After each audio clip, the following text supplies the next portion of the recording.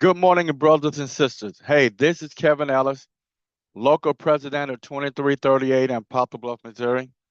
Hey, I have some really good news for some of you in case you had not heard. Um, but two decisions came down today from federal courts. The first one I'm going to talk to you about is uh, a federal judge in California ruled that the Trump administration illegally terminated um, thousands of probationary employees. And this involved all of the federal agencies. As some of you recall, about a week or so ago, the judge had ruled that the agency had terminated the employees illegally, but did not give the remedy. So AFGE went into court yesterday asking the federal judge to grant remedy for the illegally terminated employees. It was a great decision a week ago to rule they were illegally terminated, and that is consistent with federal law and collective bargaining agreements all across the country and due process. That was correct. But what the judge did do at that time was give remedy. Well, yesterday we got remedy. And every federal agency that terminated illegally terminated probationary employees have to reinstate them. I know of one that we have here that's been reinstated, but I'm not sure of any more. However, this news is spreading across the country, and we are excited and enthused that one, AFGE and our membership stood up, fought, filed a federal lawsuit, and we prevailed. And two, I want to give each of you who participated in rallies, who prayed, who joined the union, who made your voices heard. I want to thank you for having faith and confidence in the American Federation of Government Employees. And for that, we say thank you. Now, a second judge ruled, and I don't have that decision with me, a second judge ruled that Doge's involvement in the actions that they've been taking was also deemed to be illegal. The acting OPM director, Charles Ezell, refused to even show up in federal court. He didn't even have the courage or the conviction to go stand before the judge and defend their actions that they've taken against the American Federation of Government Employees. I believe the judge had made mention that he had been a judge for nearly 50 years and he could recognize a sham and a scam when he saw one. If you recall, I told you about a month or so ago that this fork in the road and these early retirements and all this buyout stuff, it is a scam and a sham. Um, because Congress is the only one that can allocate that money. Doge cannot allocate that money. They are not a government agency and they are not a member of Congress. The President of the United States is the executive branch.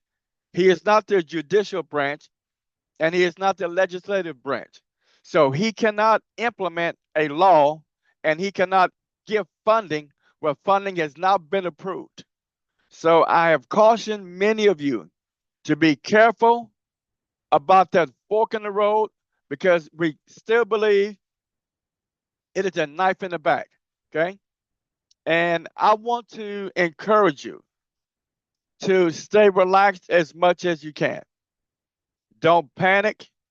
Don't make any irrational decisions based on temporary chaos.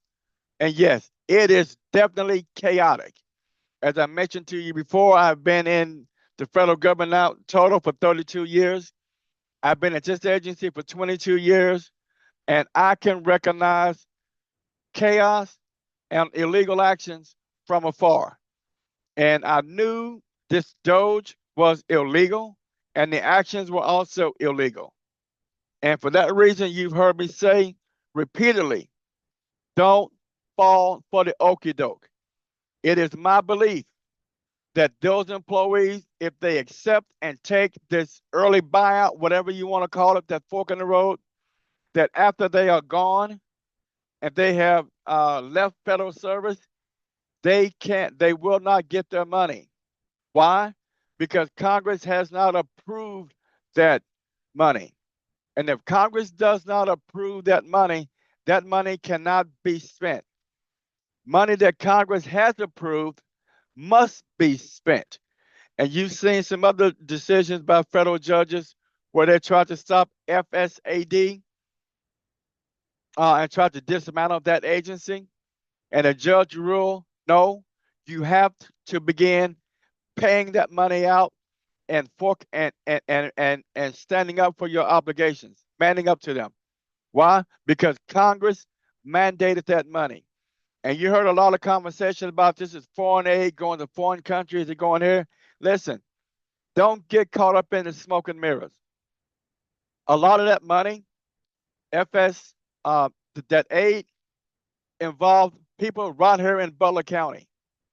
That money that was being tied up and told was not going to be paid by the Trump administration involved farmers. We have farmers in our county that could not get money and could not get loans because that money had been stopped by the Trump administration illegally. That money is going to start to flow. Our farmers are going to begin to get that money. Some of that grain is going to now be processed and sold because the funds have been released. Many of you don't realize that some of these laws, when you hear them talk about giving all this money to foreign countries and da da da da da, read some of the small print and do your homework. And you'll find out that that money that had been stopped temporarily impacted people in your local community, impacted local farmers right here in our local community. We have black farmers and white farmers and minority farmers in Butler County and around the Boot Hill that relied on FSAID. They relied upon that money. So don't fall for the okie doke when you hear them say they're giving the money to these countries like Africa. Yeah, they're helping hungry people around the country, but some of the crops that our farmers produce goes towards feeding those hungry across the country and also in our country. So if the crops are not moving and the grain is not moving and it's not being purchased and sold and shipped, then people are being hurt and harmed, not only in Poplar Bluff and Butler County, but across the world. And we want you to always keep that in mind.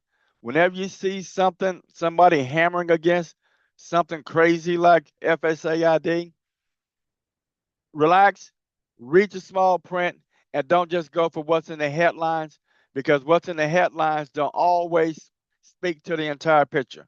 Okay. Now, the last thing I want to say to you is some of you, if you were planning to retire this year or next year, keep your plans. If you were planning to take vacation, take your vacation. If you were planning to build a house, build a house. Don't allow the chaos to interrupt your life.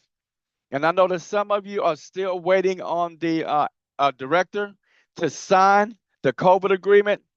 We are too.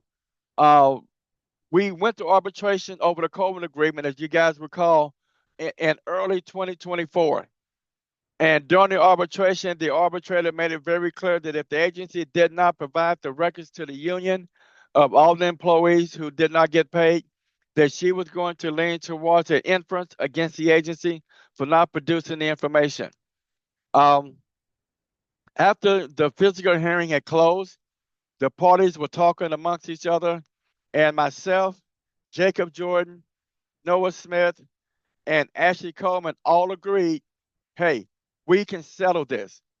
And we agreed upon these points that the union would provide information meaning the names of all the people who are owed leave and the times that they took leave and they were not given the appropriate COVID leave and the regulations that were in place and the bulletins that were in place.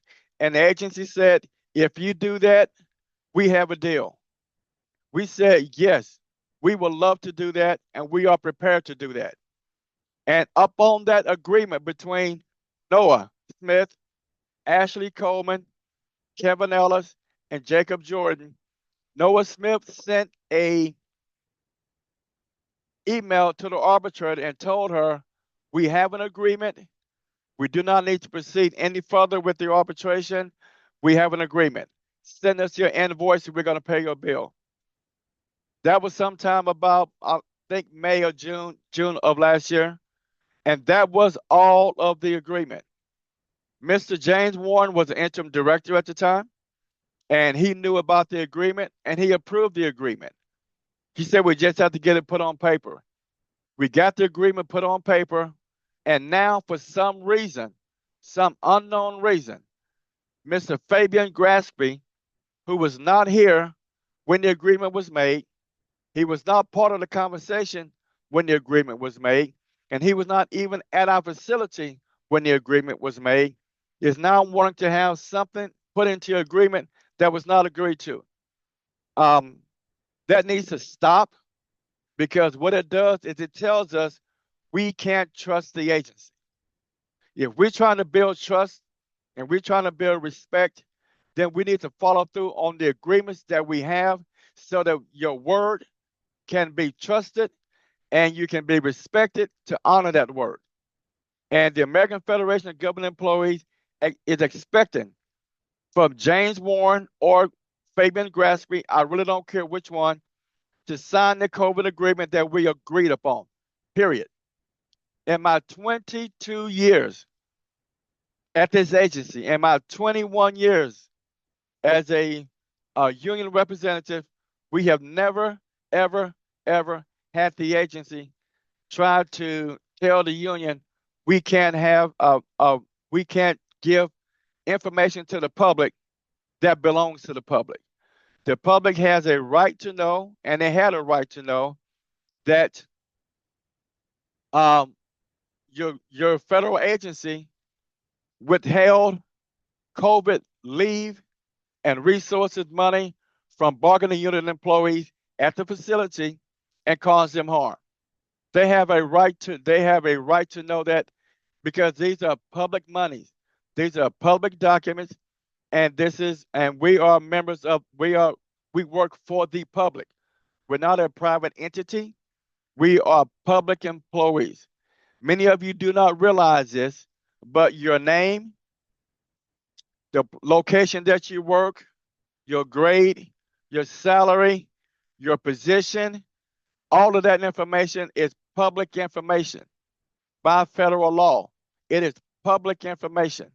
So anybody can find out anything about any of us at any time at any federal agency. And it has been that way for decades. Okay, so don't feel like that you have a right to privacy as a federal employee in issues like contract violations. You simply do not. But you do have a right to your privacy when it comes to your personal health information. That's yours. We don't care about that. We don't care about your home address. We don't care about your social security number. We don't care about your date of birth. That's none of our business. But documents and arbitration decisions and settlement agreements are public records. Okay, they're public records. So we want each and every one of you to call the medical center director, email the medical center director. I am the medical center director, and ask him, sir, go ahead and sign the agreement. The agreement that I sent out to all the parties, when you saw the agreement, you did not see one single name in the agreement. You didn't see anybody's date of birth in the agreement. You didn't see the type of leave in the agreement. You didn't see anything other than the union is going to give this information and the agency is going to process it within X amount of days. That is all the agreement says. An agreement cannot be no more simple than that. It cannot get no more simpler than that. Period. So we're asking you to help us get this done, get it pushed across the finish line, and just email the director, text the director, IM him and say, hey, sir, we need you to sign the agreement. My family wants to take vacation. I need this restored leave back to me for FMLA. I need this restored leave back to me for sick leave. I need this restored leave back to me because it legally belongs to me. And we believe 100% that had we went all the way through through the arbitration completely, the arbitrator was going to grant those remedies because she informed us during the hearing she was going to grant them unless the agency provided us with the information. And the agency provided us with a ton of information that demonstrated employees were not giving the appropriate leave. They were not. Some of the information involved supervisors saying, I don't know what to do. I'm not sure. I don't know what's happening. I haven't heard of that program. And this is information that was being given out from the incident command people. And it was very chaotic then. They did not involve the union. Had they involved the union in 2020 like they should have done, we wouldn't be in this position now because we would have ensured that people were treated fair, equal, and they were given the appropriate amount of leave. Okay. So with that being said, I just want to say congratulations to AFGE. Congratulations to federal employees for keeping your head up, staying engaged, and not giving up hope. Okay. I'm going to ask you once again to follow me as I follow Christ. And if you do that, we will be victorious. God bless you and have a good day.